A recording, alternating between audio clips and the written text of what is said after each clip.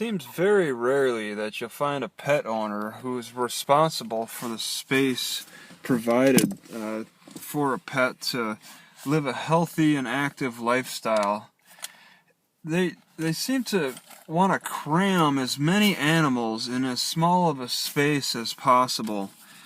And this is for people who just want to keep the animals as pets. I just saw another chicken pen, just disgusting and stinking.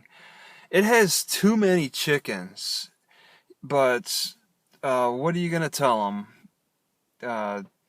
You gotta know, you gotta find out who they are, and well, I think they have a lot of them have a similar mentality with each other, and they just, that it's maybe a human nature where they want more. They want to get the most out of the space, that as small of a space as they can get, as they can take advantage of, and trying to cram as many animals in as small of a space as possible, and get the most out of those animals, may be human nature. We may like to confine other animals. It may make us just feel more godly or something. I mean, that could be why a lot of people get thrown in prison for drug use, just because a lot of leaders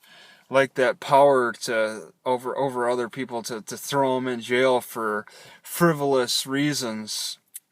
Well, we have that with animals too, and it's really sick to see. It's very rarely will I come across a chicken coop that looks healthy.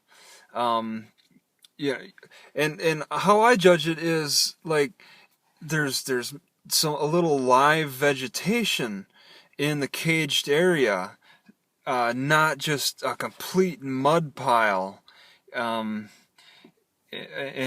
just, I don't know, the birds that I saw today looked healthy, but it's just that environment they're in just doesn't look healthy. They should be able to be free to explore, and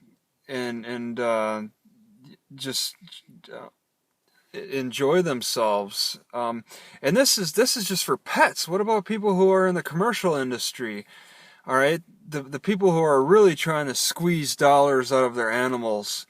It's a good thing that we separate the commercial farming industry from the public consumer who purchases their goods. Because if we actually had a window, an everyday window into how these animals are treated, not just these shock videos that just don't seem real.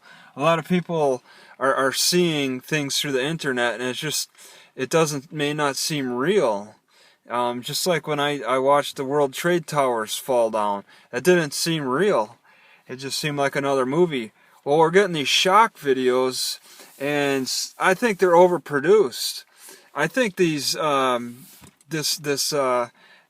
conditions need to be brought out on an everyday level. I mean, YouTube's making it very possible. You could do a daily vlog of the living conditions of these poor animals that we're confining. A lot of these pet owners, they get in over their head, and it's an addiction mentality. They can't stop. They need intervention. They need to be able to step back, or have somebody step in and take over for them. Okay, when they push their caretaking, they care so much. They want to bring in more animals and care for more animals, and before you know it, they're caring for too many. They got in over their head. There's too many in such a small space, and the animals suffer as a result. I believe these chickens I saw are not doing great. All right, they could be doing better. Compared to other places, and that's just chickens. I mean, I've seen other little hobby farms where there's just too many animals. If there's no vegetation that can survive in the area, then there's too many animals, and people have pushed their caretaking too far.